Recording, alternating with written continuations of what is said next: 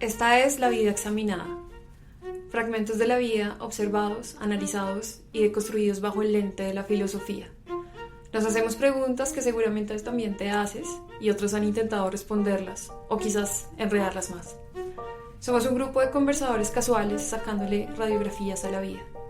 Porque como bien lo decía Sócrates, una vida que no se examina no merece ser vivida. Hola, bienvenidos al 9º episodio de La Vida Examinada. Yo soy Andrés y hoy nos acompañan Angélica y Roberto.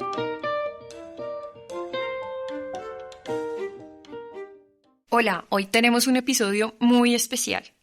Estamos con Roberto Palacio, ustedes ya conocen, nos acompaña en todos los episodios. Ha lanzado su 6º libro, Consumidores de Atención, en sello Debate. Vamos a tener una conversación en donde él nos va a relatar en qué se ha inspirado, cómo ha sido su proceso y sobre todo sus observaciones filosóficas. Roberto, pues para entrar en materia, como lo acabo de mencionar, vamos a hablar un poco como de tu proceso. A mí me da curiosidad, hemos hablado de referentes como Camus, hemos hablado de otros filósofos que escuchamos a nivel internacional, que tal vez han sido grandes pensadores de su tiempo. ¿Cómo es la actividad de un filósofo local colombiano para tener ese tipo de observaciones y llegar a reflejar ese pensamiento? Bien, Angélica, gracias. Bueno, una cosa es que trata uno de estar desde su pequeño rincón del mundo muy pendiente de lo que pasa en el mundo entero y de las tendencias que nos marcan y que nos definen. Esto no es solo de ahora. Kant, si usted recuerda un poquito la vida de Kant, Kant nunca salió de su natal Königsberg, su ciudad que lo vio nacer y morir, y sin embargo estaba muy al tanto de las tendencias, y los filósofos creo que tenemos este mismo deber y compromiso de saber qué está pasando y tratar de entender y proyectar una red de conceptos sobre aquellas nuevas tendencias. Una de esas tendencias en el mundo contemporáneo es el distinto o el nuevo lugar que ocupa la atención. Hace rato no es un término nuevo, naturalmente. Ahorita hablamos de la atención en la historia, bueno, lo podemos hablar de una vez. Las grandes ideologías, las grandes instituciones, los contextos siempre han querido que prestemos atención a sus ideas, a sus despliegues, a sus instalaciones, para utilizar la terminología de la filosofía francesa. De hecho, si echamos para atrás en la historia, lo que se considera un buen ciudadano, un buen católico, un buen miembro del partido, es aquel que puede estar atento a cosas que muchas veces ni siquiera le interesan mucho. Y nuestra época creo que no es la excepción. La atención hoy, sin embargo, juega un rol fundamental en nuestro mundo y es un concepto que tiene una riqueza de análisis que me parece enorme. Lo primero que quiero mencionar, pero este no es un libro de economía. Consumidores de Atención no es un libro de economía, pero sí hay que arrancar diciendo, en la era digital, el efectivo, el contante y el sonante es la atención. Si viste mi video y te gustó, deja un like. Deja testimonio de que tú le pusiste atención a esto. Qué tanta atención, qué tan profunda, qué tan desperdigada, no me importa, pero deja testimonio que tú estuviste acá. Es un poquito el papel que jugaba antes el grafiti. Aquí estuvo no sé quién, aquí estuvo tal persona, aquí estuvo tal otro. Deja testimonio que tú estuviste acá. Dentro de la red, el dinero no es nada. El dinero no es nada. Bueno, pues claro, se manifiesta en la página más ostentosa y demás. Pero aún así, el valor económico, financiero de la atención es prácticamente cero. es prácticamente cero, porque tú puedes tener la página más costosa y sin embargo el consumidor se puede ir al video viral, grabado con el celular más básico, que dura segundos y simplemente es de una persona cayéndose en un charco o algo por el estilo, una tendencia que me gustaría hablar a continuación. Pero la atención es un concepto básico en el mundo que vivimos y ciertamente en este libro yo trato de recrearla desde varias perspectivas. Uno, la atención que prestamos. Dos, la atención que queremos para nosotros. Tres, y muy importante que me gustaría que le dedicáramos un rato en la sesión de hoy, la atención en nuestra vida interior. Y ya tendremos que trazar esa delicada diferencia que hay entre el narcisismo y el estar atento a sí mismo. Y por último, el libro termina con una especie de cómo son y cuáles son los retos a esa atención capturada que tenemos hoy en día. Hay un punto que me gustaría de pronto arrancar la discusión sobre la atención. Muchas de las ideas de este libro están basadas en ideas de Alexander Bard, o algunas de ellas, la era del atencionalismo. Esta idea del atencionalismo es fundamental para Bard y entonces creo yo que haríamos bien si arrancamos la discusión hablando de a qué le estamos poniendo atención hoy en día, cuál es la atención que queremos para nosotros. Roberto, por esa misma línea, y justo como lo acabas de mencionar, me interesa mucho preguntarte sobre qué diferencias, digamos, fundamental o fundamentales, si de pronto ves más de una, hay, según pues, tus observaciones y tu concepto, sobre la atención de hoy en día, que parece, por lo menos en una era digital, parece como algo muy discreto, son como fragmentos de atención, ¿no? O sea, un like o una visualización realmente es un fragmento de atención, comparado de pronto a una atención en el pasado en el que realmente tú te sientas a contemplar, a escuchar, a debatir, ¿sí? O sea, como una atención más prolongada donde realmente hay como una narrativa y de hecho ya hablamos en un episodio previo sobre de la fricción. Lo dice Byung-Chul Han en su libro No Cosas. Esta tensión de hoy en día, estos fragmentos, es algo como muy aditivo, ¿no? Son como cosas que pasan muy rápido, pero son cosas que se pueden contar, pero no cuentan una historia, ¿no? Es como narrativo, ¿sí? Como que en el pasado de pronto sí podría haber de pronto una tensión un poco más narrativa, donde realmente, o más sólida, como donde realmente hay como un significado. Mi pregunta va por ahí. Bien, entonces me parece bien, entremos al tema de la atención. Por acá, nuestro mundo es un mundo que vive en lucha por la atención. Y quisiera dar una pequeña idea antes de que pasemos a este tema que plantea Andrés, si se ha fraccionado, si no se ha fraccionado la atención y demás. Y si se ha fraccionado, yo creo que es muy obvio que sí, cómo se ha fraccionado. Fíjense, el tema de la atención es real. Yo le quiero decir a los que nos escuchan, no es un tema traído de los cabellos. Piensen en el mundo contemporáneo. Piensen, por ejemplo, cómo un sistema político como el de los chinos, por ejemplo, los chinos, realmente no hayan que hacer para convertir su sistema económico, su capitalismo de Estado, en atencionalismo. Es decir, fíjense, muchas sociedades luchan por generar atención espontánea, libre, desinteresada, y no obligar a las personas a mirar en una dirección. Pero estas personas, por Dios, tienen cascos de control político.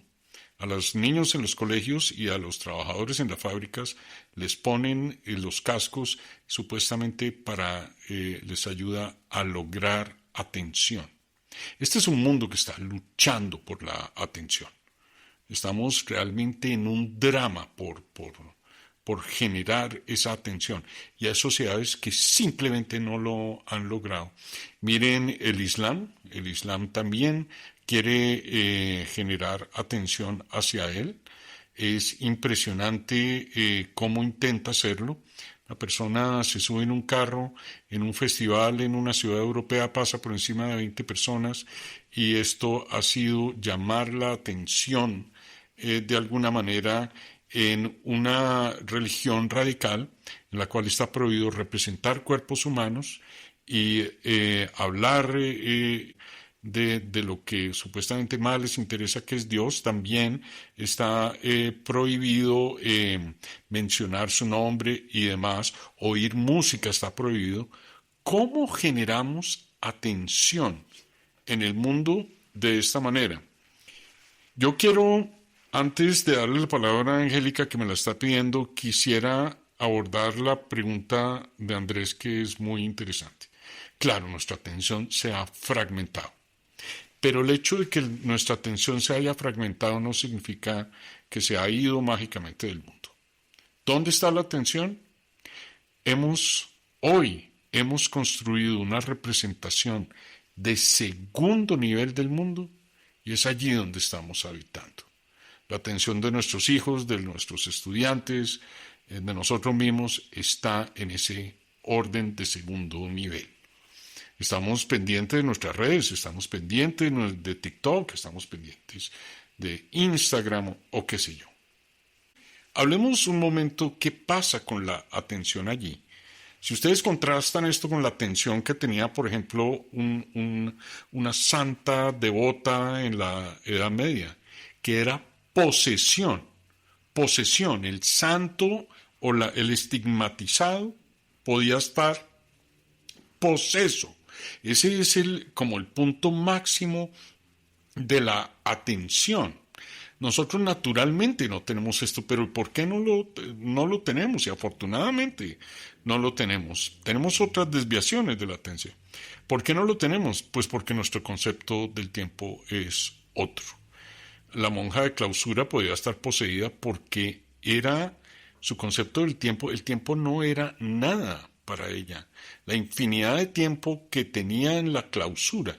La clausura no era solo un encerramiento espacial, era un encerramiento temporal. Y en esta clausura el poseso se entregaba a su realidad virtual. La realidad virtual de un cristiano medieval era el cielo, había que morirse para estar en él. Nuestra realidad virtual la tenemos al alcance de la mano, en la pantalla de nuestro celular, y esto es muy, muy diciente de nuestra época. Nuestra época, ¿qué ha hecho? Para contestarle a Andrés, que me parece tan interesante. El tiempo para nosotros ya no es un río. El tiempo o ese océano infinito que tenía la monja de clausura o el monje en el scriptorium. El tiempo para nosotros ya no es el río, son estanques, estanques, estanques, estanques, estanques. ¿Qué hemos hecho con nosotros? Tenemos las redes. ¿Qué han hecho con nosotros? Y nosotros nos hemos entregado felizmente a ellas. Tenemos una atención absorta, ya no poseída, como tenía el religioso medieval. Miren a un chico en TikTok, los ojos van de arriba hacia abajo, la mirada no se aparta de la pantalla, no está totalmente entregado a cada detalle de la posesión, como estaba el estigmata.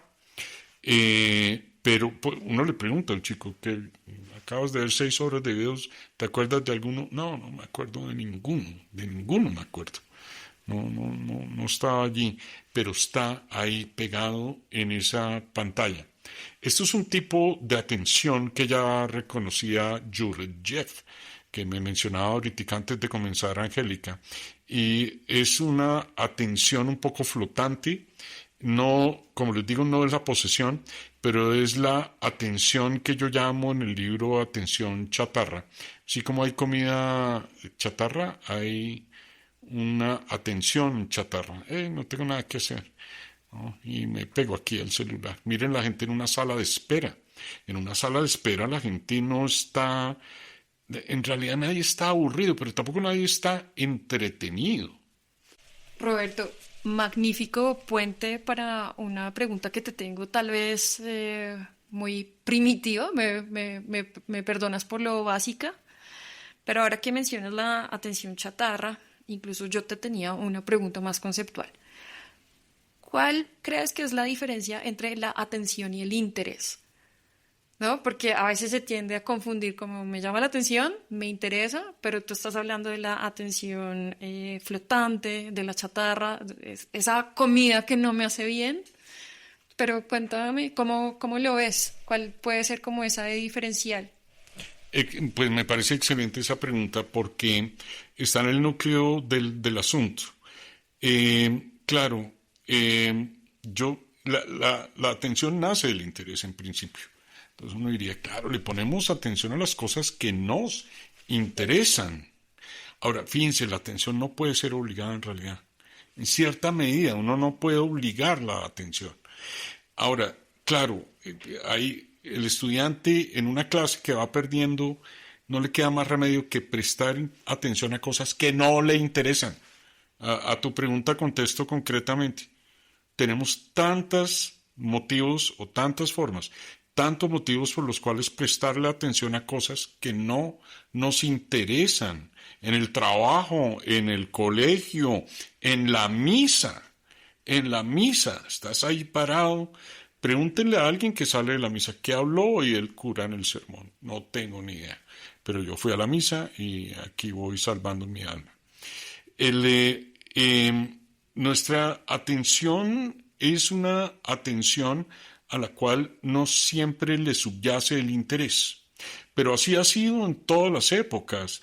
Yo estoy seguro que también un creyente, no el santo, un creyente medieval o en siglo XVI o el siglo XV, iba a la iglesia y estaba ahí, algo oía, tampoco estaba totalmente absorto.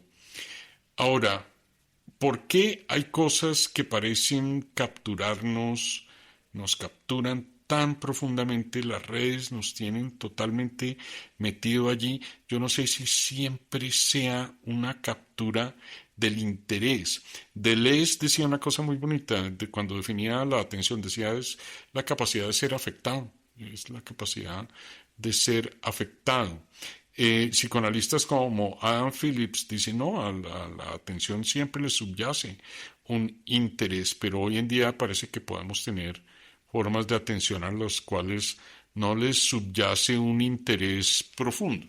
Por ejemplo, cuando mencionabas la atención absorta del chico que está en TikTok y que tiene su mirada vertical de arriba a abajo, a mí me pareciera que es como un secuestro de la atención en donde no necesariamente todo es interesante y como lo mencionas, a veces ni le importa, son, como decía Grosso, milisegundos, pero es como un secuestro, como no viene intrínsecamente, sino que hay alguien que la toma por fuerza y hay una cierta manipulación. Seguramente tú vas a elaborar un poco más en los puntos de la atención que prestamos y la que queremos, cómo eres el capturador, ¿cierto? Y también cómo caes presa de ese secuestro.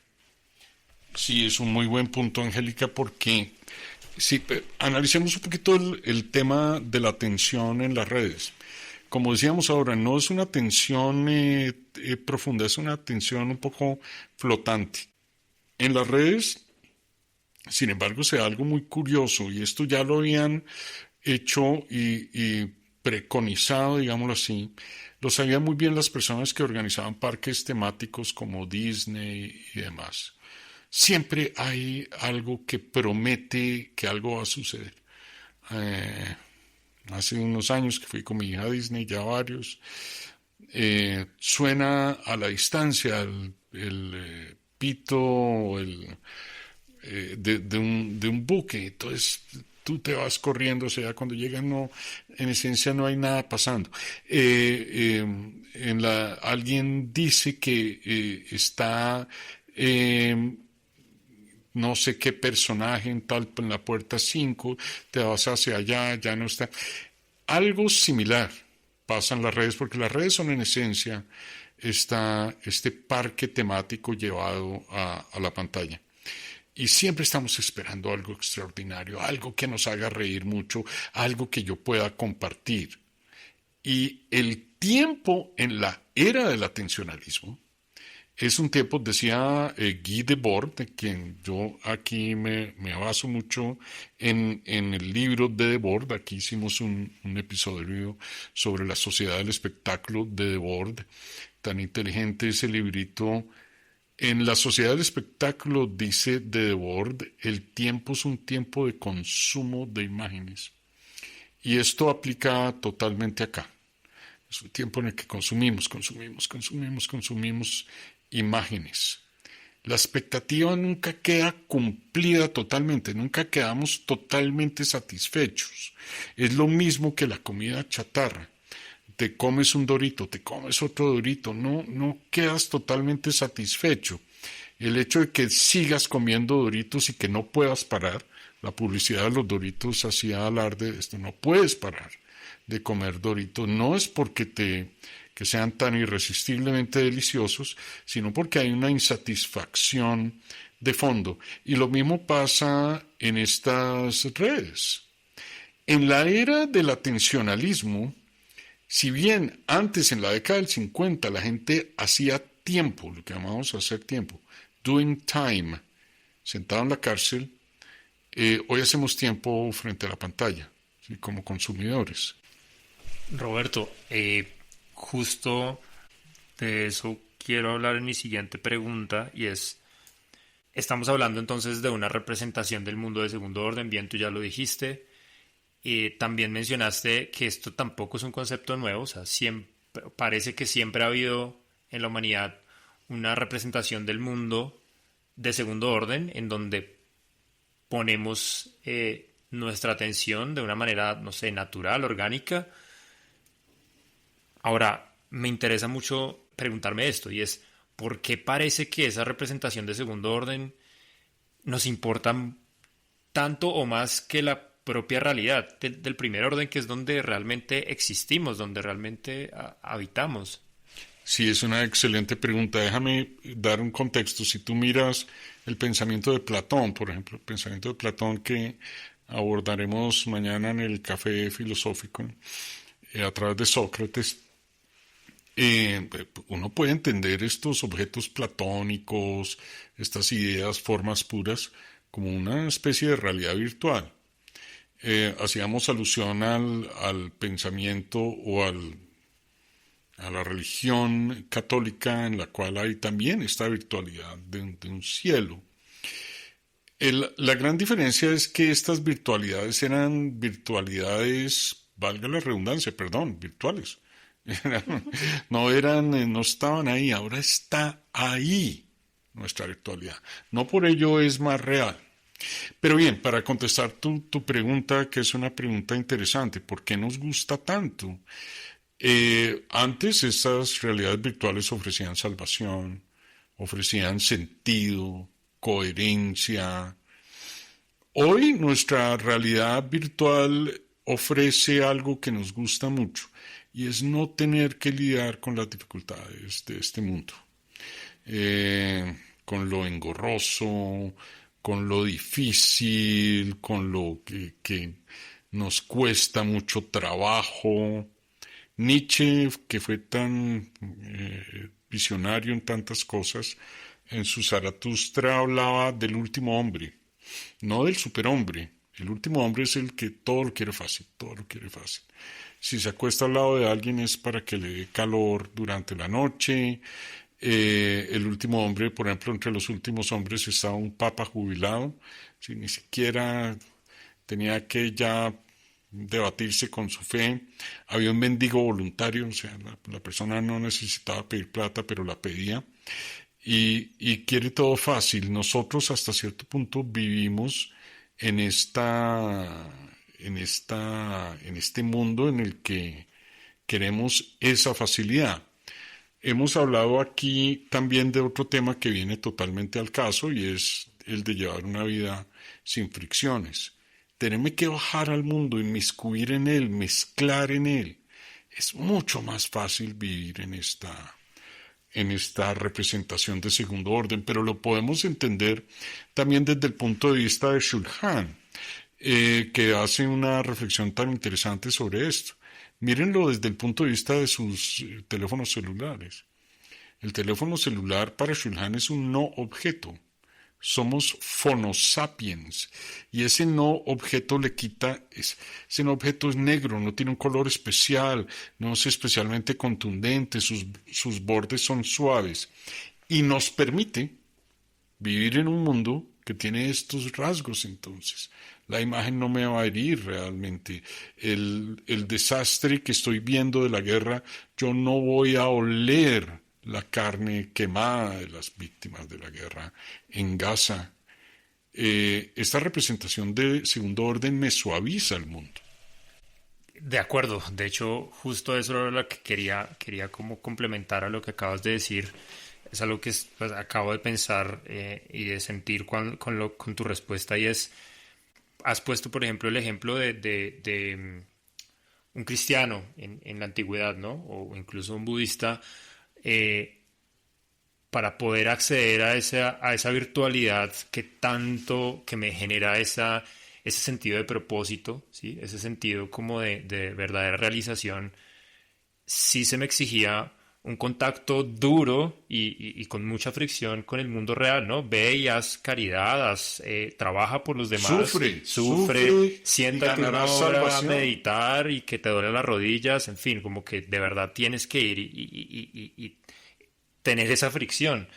Esta nueva virtualidad es todo lo contrario, es como ven acá, que aquí no vas a tener que encontrarte con nadie que tú no quieras, no vas a tener que tener ningún tipo de fricción que tú no quieras. Te ofrecemos como está, ¿sí? Siempre y cuando juegues el juego, estás a salvo, y lo hablábamos también en el episodio de La vida sin fricciones, como lo famoso que se han vuelto unos modelos de negocio tan fuertes, tan complicados y que están causando muchos estragos en personas, como estos modelos de paga, ¿cómo es? Compra ya y paga después. Entonces, pagar un burrito de $15 a 24 cuotas, ¿sí? Porque esta virtualidad te ofrece eso, es como tranquilo, cómete el burrito, después miramos cómo lo pagas, ¿sí?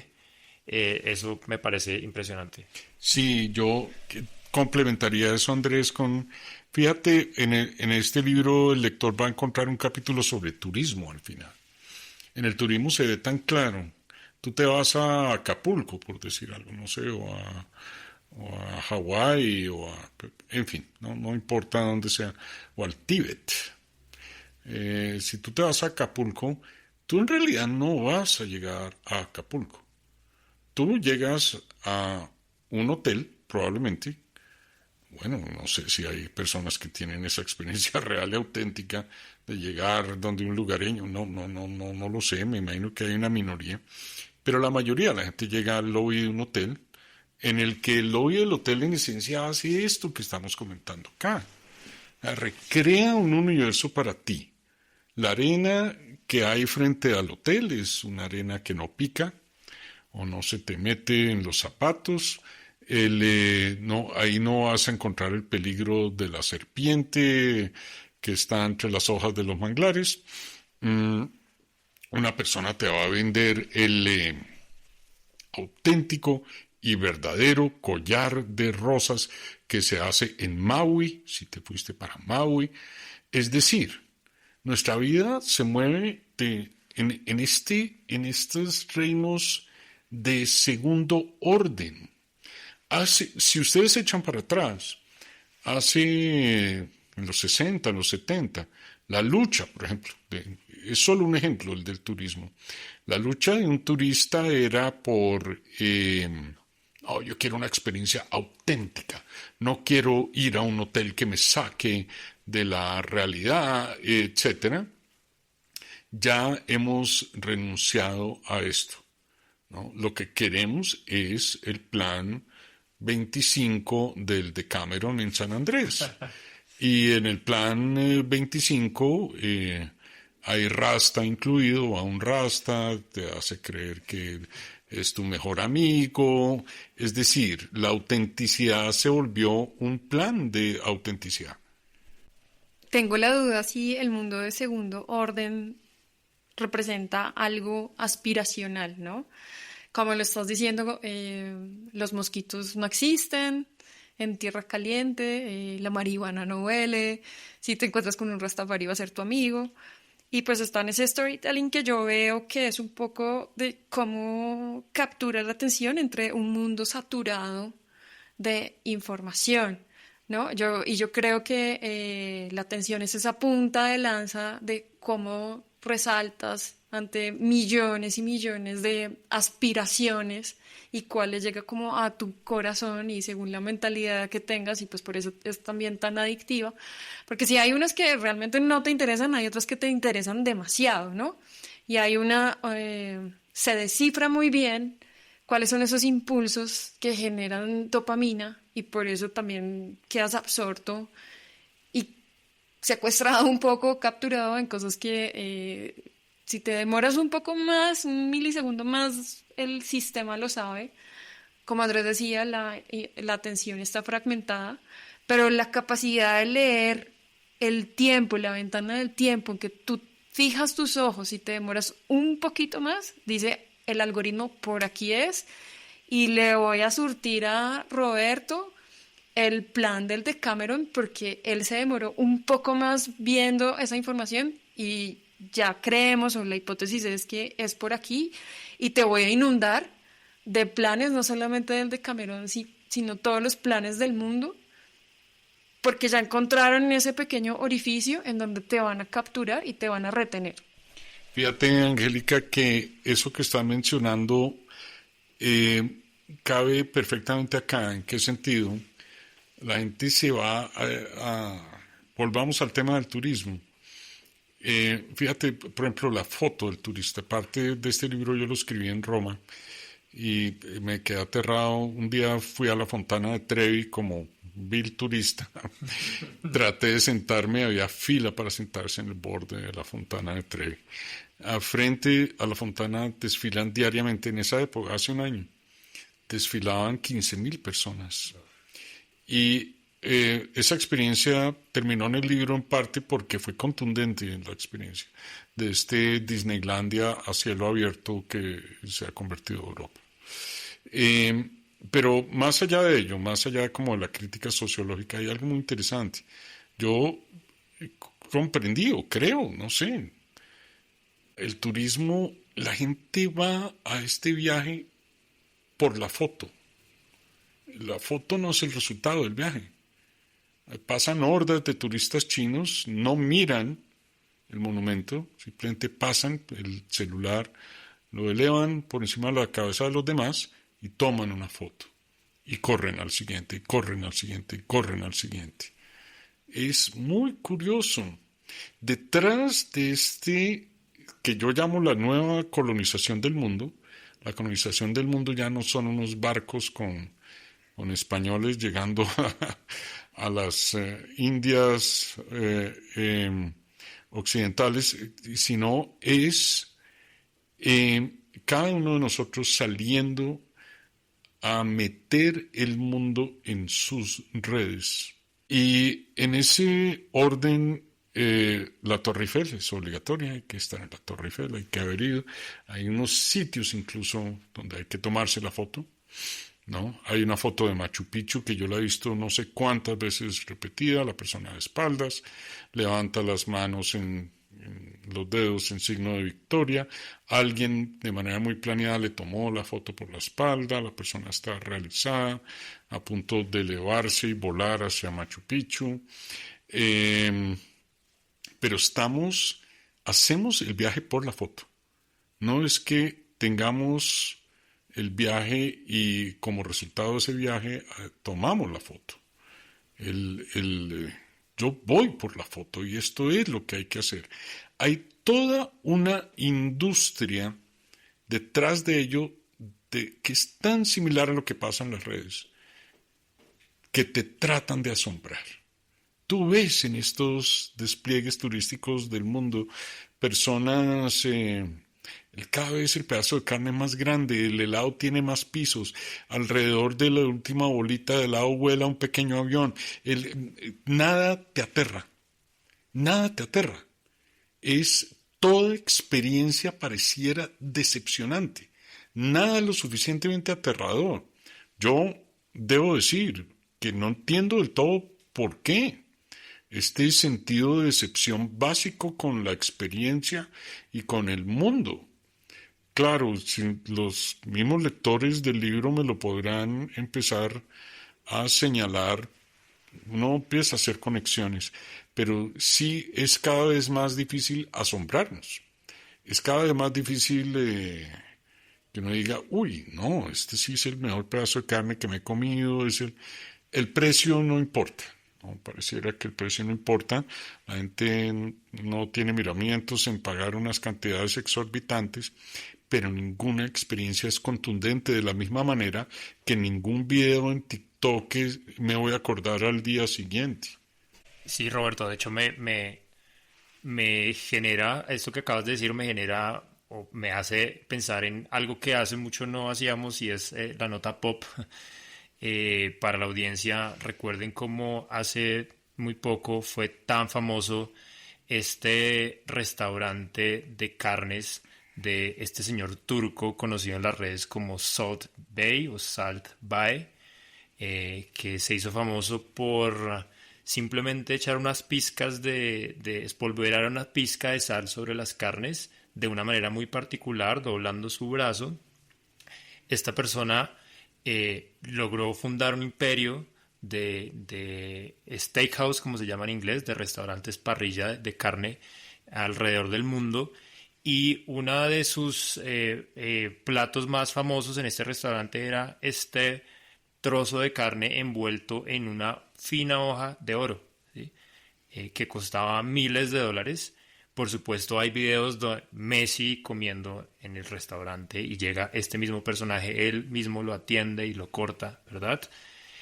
También ahorita, por ejemplo, muy famoso el chocolate de Dubái, que es un chocolate que está relleno como de pistacho y una masa filo hilada, y se hace famoso, se hace viral en las redes sociales y ahora esto es realmente lo que vende, pero si tú tuvieras la experiencia, hay muchos en videos de reacciones o de personas que cuentan su experiencia, fui allá, pagué miles de dólares y realmente no sentí mayor cosa, pero tenía que ir, o sea, como no podía ir, tenía que ir, lo necesitaba. Sí, y cuando la lucha es por la experiencia contundente, pues termina pasando lo que dices. Bueno, el filete de oro, pero por el otro lado, uno de los sitios en San Francisco que la gente le hace filas de varias cuadras, es una señora, esto no me lo estoy inventando, tendré que averiguar el nombre y se lo quedo viendo a los escuchas. Una señora que montó una tostadora en el garaje de su casa y vende tostadas. Pero cada tostada puede costar 40 o 60 dólares. Tostadas, no tienen nada más. Creo que no sé si van con mantequilla, pero es una tostada hecha en una tostadora de su casa. Y esto es absolutamente viral. Volviendo al tema de la atención, la viralidad. Hoy esto es lo que queremos, viralidad. Más que fama, queremos viralidad. La viralidad es fama sin nombre. Y lo que buscamos con nuestros videos, nuestros posts, es esa viralidad, ¿no? El chico salta en el charco resulta que él se hunde completamente en el charco que parecía solo un huequito pequeño, o se hunde hasta la rodilla y esto se vuelve viral. Hay un tema aquí que me gustaría mencionar mucho, y es un tema que también aborda Shulhan, tan interesante, y lo aborda Walter Benjamin. En realidad Walter Benjamin, de Shulhan lo toma de Walter Benjamin, la pobreza del acontecer en el mundo contemporáneo. Bueno, el mundo de Benjamin no es el mismo que vivimos nosotros, pero ciertamente no pasa mucho en nuestras vidas. Adolecemos de acontecer, es la idea de Benjamin. Y yo quisiera preguntarme por qué. Y volvamos a esta idea de la representación de segundo orden. Una cosa que descubro yo en este libro es que algo pasó en los 90. No sé exactamente qué, cómo caracterizarlo, pero por alguna razón la realidad se nos empezó a vender como algo que era muy apetecible y nos encantaba. Esto no es una metáfora vacía. Empezó la moda del reality en los 90. En Colombia sigue de moda porque en Colombia nada pasa de moda. Y el reality nos llevaba la realidad hasta la puerta de la casa. Y toda la fricción que no estábamos teniendo nos la presentaba allí. La llevaba maravillosamente. MTV, Jackass, unos tipos juegan fútbol americano con un enjambre de abejas o con una colmena de abejas, y esto era chistosísimo. Alguien se lanzaba por una montaña en un carrito de mercado y demás. Ahí todavía sucedía algo peculiar. Si volvemos a la idea de la sociedad del espectáculo de Guy Debord, en la sociedad del espectáculo de Guy Debord había actores del espectáculo. El hombre Marlboro, la modelo de Chanel, las grandes estrellas de cine.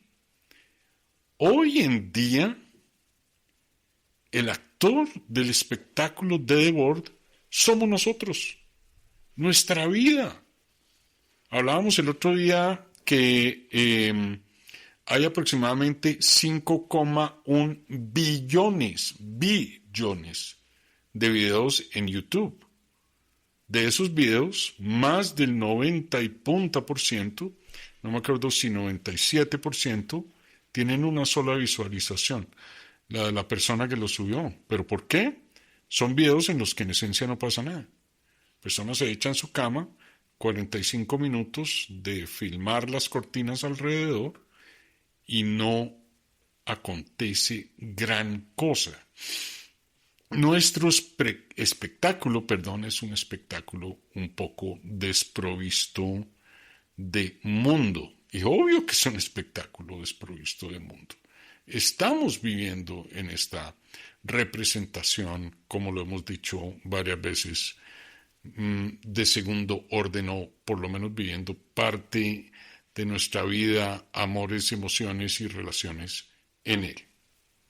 Cuando dices que adolecemos de acontecer, me gustaría elaborar un poquito ahí. Uno, pues que me lo expliques, pero a veces yo siento que es lo contrario, que hay demasiado acontecer y donde la gente está saturada.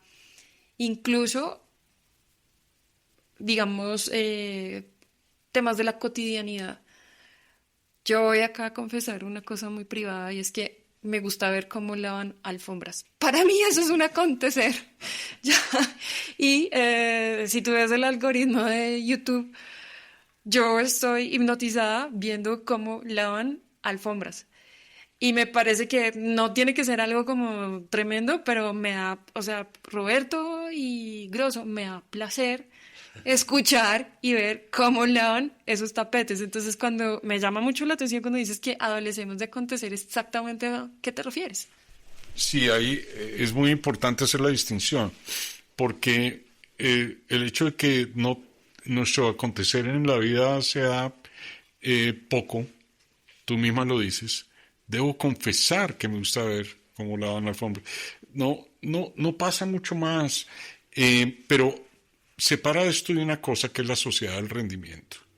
El que vivamos ocupados todo el tiempo no significa que nuestra vida esté llena de acontecer.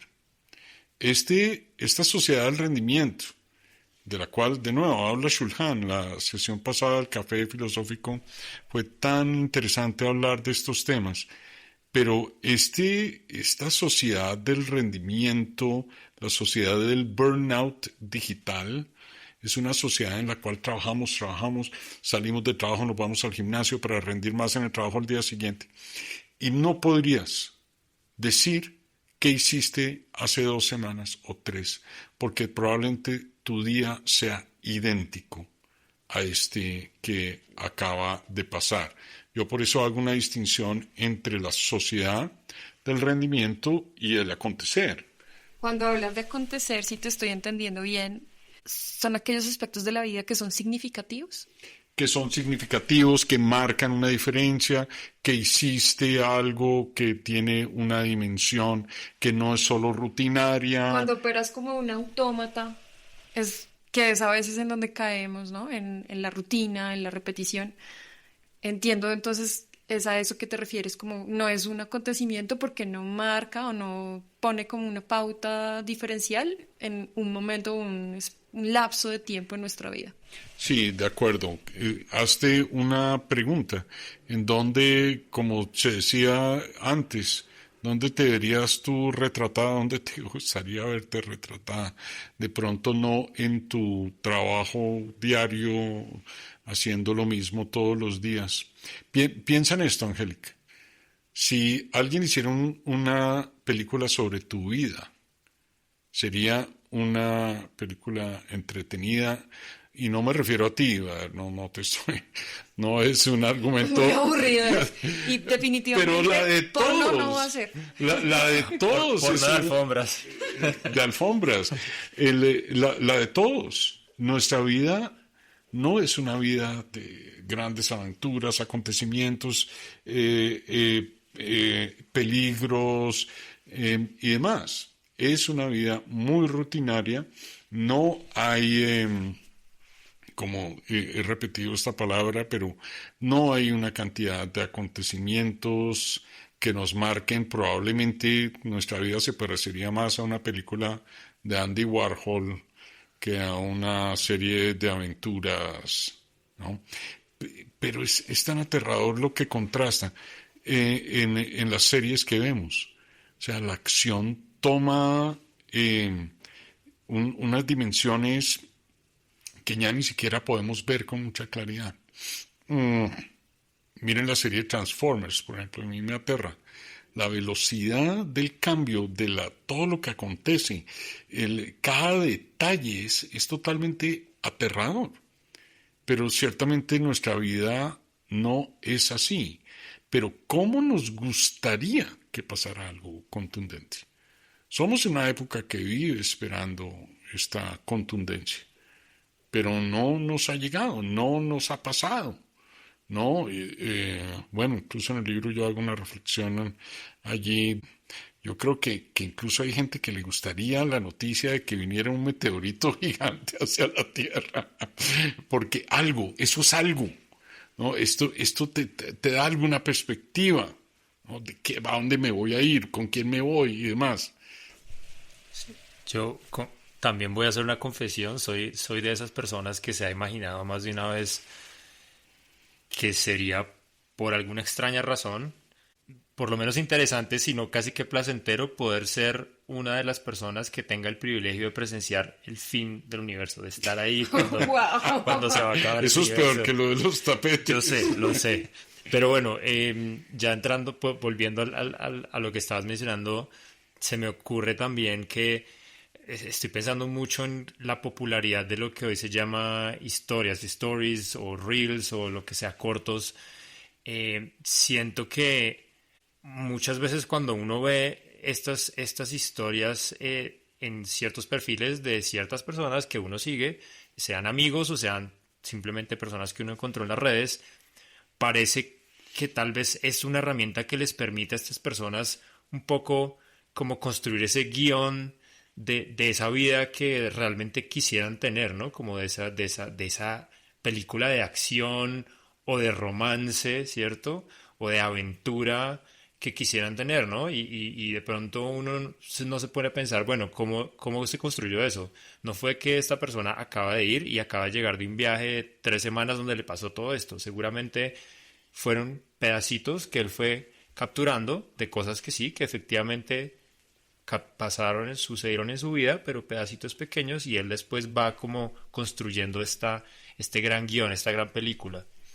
Sí, yo creo que no tenemos esas historias, o se han hecho tan elusivas, esas historias de quiénes somos, hacia dónde vamos, son parte de nuestro legado muy fundamental como primates homínidos, y crean comunidad.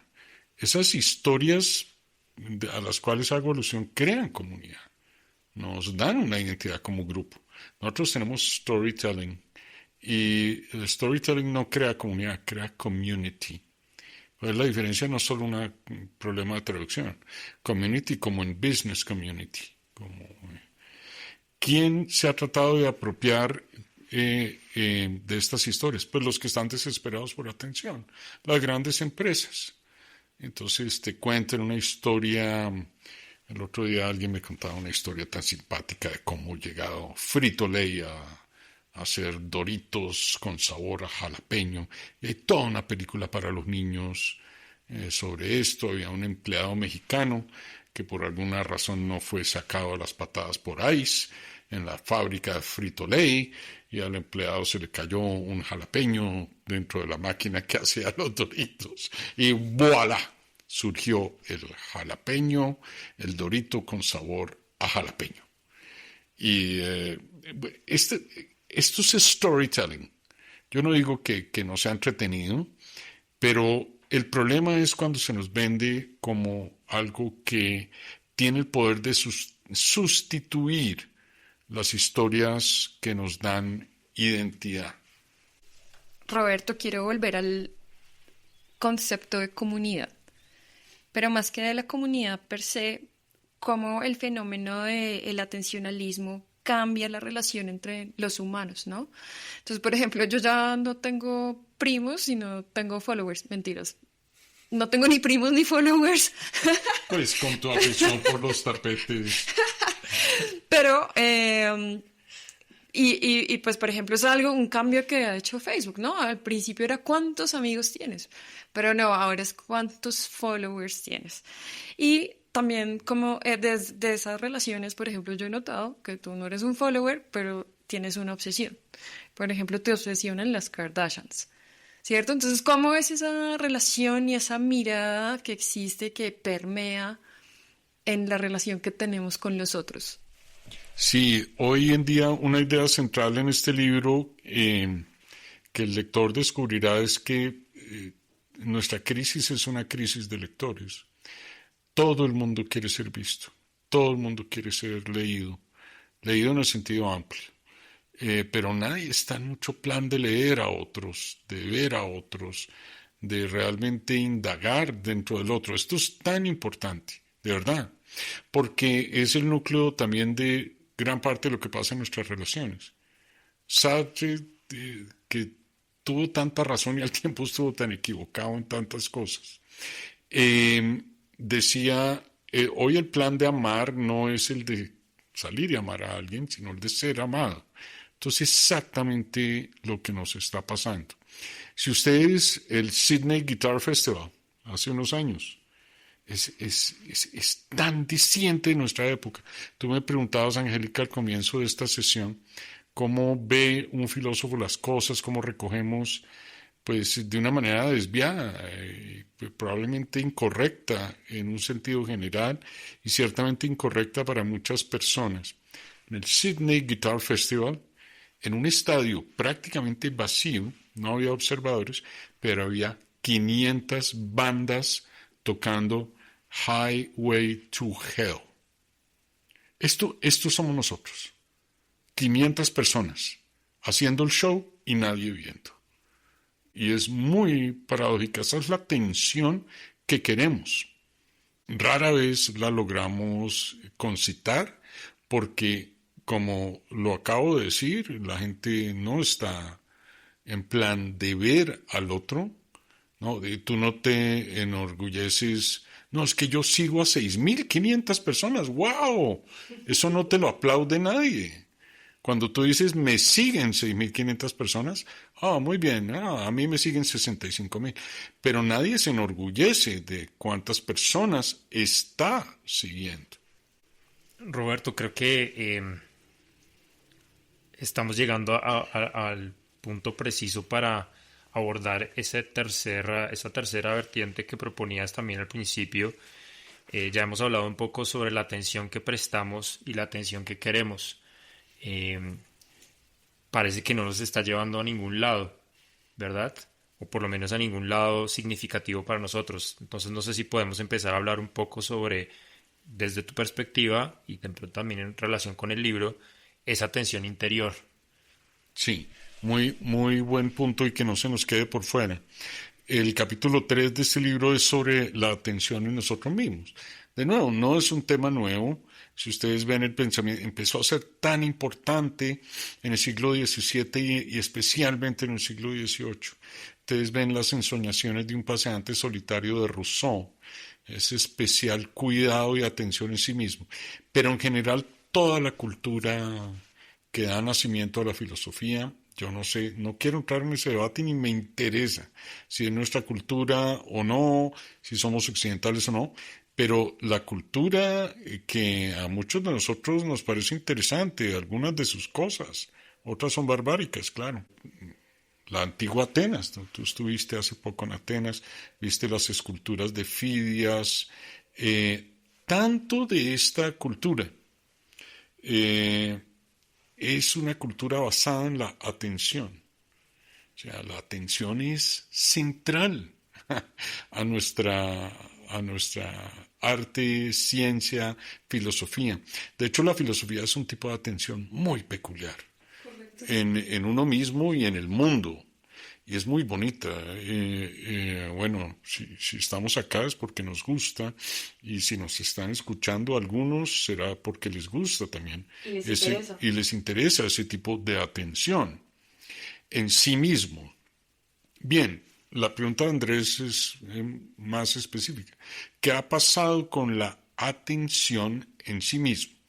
Entonces, la atención en sí mismo, claro, como tantas otras cosas, se ha transformado. A mí me aterra, y yo debo decir que este es un tema que da él mismo para otro libro.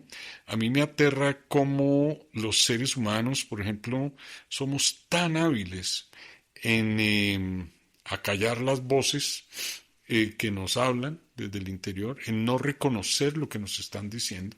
Tenemos esta enorme capacidad, por ejemplo, decíamos el otro día, de aplazar una crisis, un derrumbe emocional. Somos capaces de ir a ese mismo lugar endemoniado todos los benditos días a trabajar o al colegio, así nos cueste lágrimas, hasta que un día simplemente nos derrumbamos. Parte de lo que yo hago aquí en este libro es un intento de clasificar estos estados interiores, fijándome en la forma en que nos hablamos a nosotros mismos. La depresión es una modificación de la forma que nos hablamos a nosotros mismos. La obsesión, el odio es una modificación de la forma en que nos hablamos a nosotros mismos. Y no voy a hacer el spoiler, pero el lector encontrará allí cómo pienso yo que nos hablamos distinto durante el odio, cómo pienso yo que nos hablamos distinto durante el amor, cómo pienso yo que nos hablamos distinto durante la depresión o la ansiedad.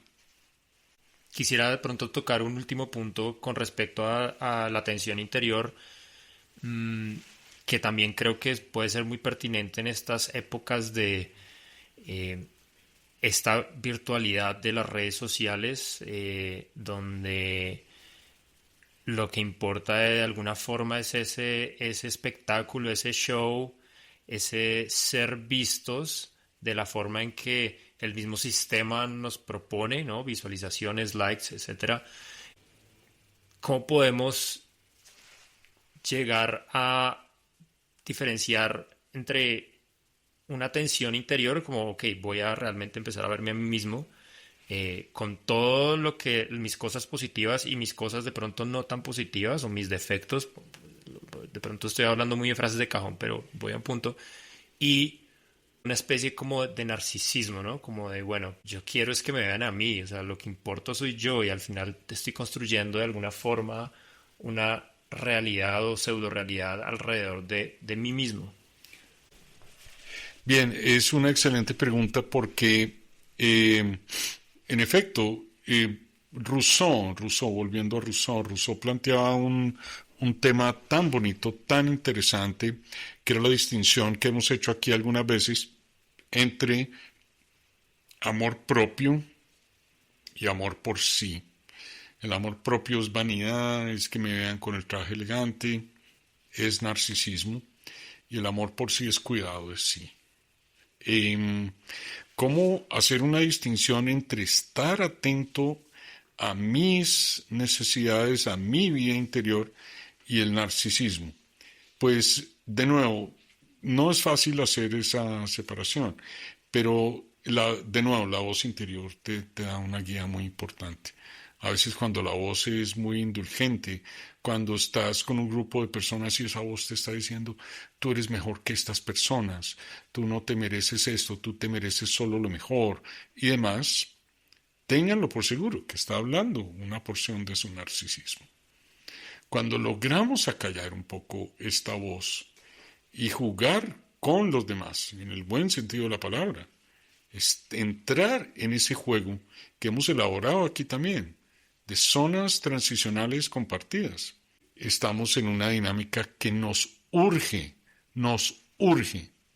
¿Por qué nos urge? ¿Por qué digo, y lo digo con tanto énfasis? Porque si algo queremos y necesitamos hoy es exactamente esto. Ser amados, ser reconocidos, ser comprendidos, escuchados, que nos pongan la atención que queremos. Y pareciera que no lo recibimos tanto de los demás, lo recibimos naturalmente de nuestros padres, que ya lo que tenemos con los hijos es lo que se llama hiperatención, una atención desmedida, pero lo necesitamos de los demás. Lo necesitamos de los demás. Y eso es lo que no estamos teniendo. Me parece muy, pues personalmente, muy bonito esa paradoja que me parece tú que planteas, y me corriges si no estoy en lo cierto, y es que de alguna forma para lograr poder mirarnos hacia nosotros mismos tenemos que volver a mirar a los demás, ¿no? Que es lo que no estamos haciendo en esta nueva realidad de segundo orden que nos gobierna ahorita.